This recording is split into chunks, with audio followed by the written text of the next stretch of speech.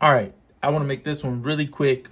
In the mixer, if you click on pan and volume, you get more of what I would call a traditional looking channel where you get the record, mute, solo. Because I was speaking in this last video, you have to go to the mute, track mutes and all that. Well, now it's right here. So this is better. I'm not sure why they have one with just volume versus putting everything on the same volume. It could be because people want a longer, what do they call that? Threshold where you can, it's not really a threshold, but a long meter where you can turn up the volume to 6. You can still do it here, but you do have a shorter. So that may be to appease to some people that would prefer not to worry about having the pan right there as well as the mutes. But in my opinion, I'd rather mine be in this mode than volume. Than volume only rather, because now I get to see everything. So I can make my adjustments right on screen. And I think this is a great deal right here. The sends, you have them right here. That's cool. And effects right here. So this is nice. I prefer this though on the mixer. This could actually hold me for not having to use the track mutes. Although I will say the track mutes over here are easier for like a live type thing. But when I'm just trying to do something real quick, just touch, solo, simple. Go back into that track, hit mute, and now you don't have to hear it.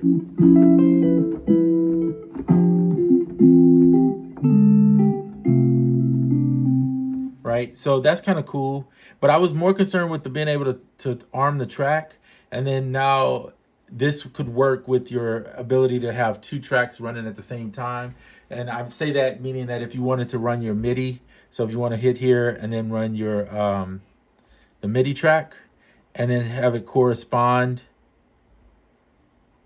you could do that. And then I think you can change the color in here if I'm not mistaken. Yeah. So if you want it like the fire red so that it matches maybe this one. This one's on tangerine. Put the fire red there. So now you could have a MIDI track, and what you could do on the synth, wait, is under sends or effects? I think it's under pan and volume. Yeah, so you can't do multiple when you're not set up that way, so you'll have to set it back up. But what you could do here is have both going, and but you'll have to route it here with the IOs. So you'll need it to route from the same MIDI port.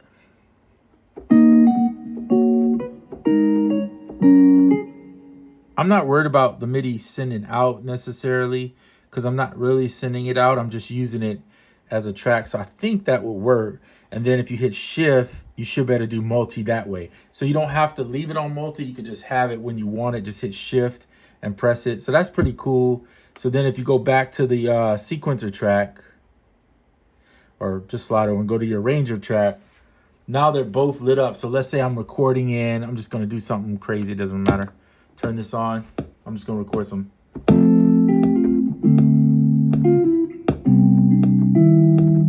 Let's see if it works. So it did record the audio, but you can see here it didn't record the MIDI.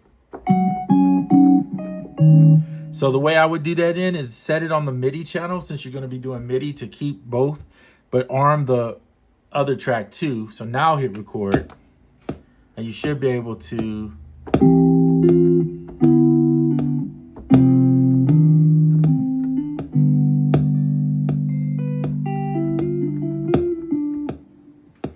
so see how I did that? Now you have both the MIDI and the audio. The MIDI is literally playing nothing, if I'm not mistaken. So to check that, we go back to the mix, turn these off, because you don't need it armed, right? And then press play. And